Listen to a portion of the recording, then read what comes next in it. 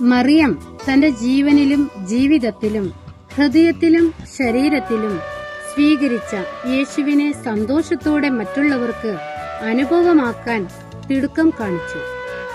ആഗോള കത്തോലിക്ക സഭ ഒക്ടോബർ മാസം ജപമാല ചൊല്ലി പ്രാർത്ഥിക്കുവാൻ ആഹ്വാനം ചെയ്തിരിക്കുകയാണല്ലോ.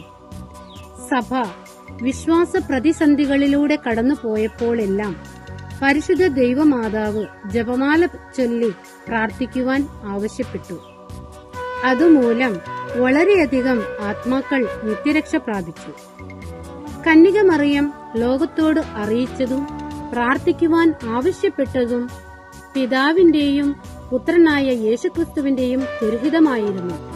അതുവഴി സർവരും രക്ഷ പ്രാപിക്കണമെന്ന ദൈവ തിരുവിഷ്ടം നിറവേറുന്ന ദിനം ആ സ്വർഗീയ സൗഭാഗ്യം, ആ സ്വർഗീയ സന്തോഷം അനുഭവിക്കുന്നതിന് പരിശുദ്ധ കന്യക മറിയം കാരണഭൂതയായി.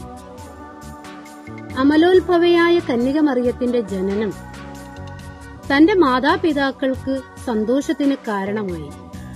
ലോകത്തിന്റെ രക്ഷകനെ ഉദരത്തിൽ വഹിക്കുവാനുള്ള ദൈവ പദ്ധതിയും മറിയത്തിൽ നിറവേറി.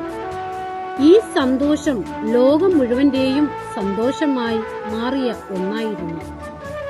വിശുദ്ധ ലൂക്കായുടെ സുവിശേഷം 1-ാം അധ്യായം 43-44 വാക്യങ്ങളിൽ പരിശുദ്ധ അമ്മയുടെ സ്വരം എലിസബത്തിന്റെ ചെവികളിൽ പതിഞ്ഞപ്പോൾ ശിശുവായ യോഹന്നാൻ ഉദരത്തിൽ സന്തോഷത്താൽ കുതിച്ചു ചാടി.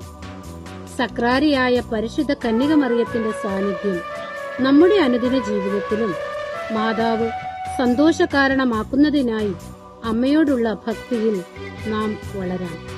നന്ദി.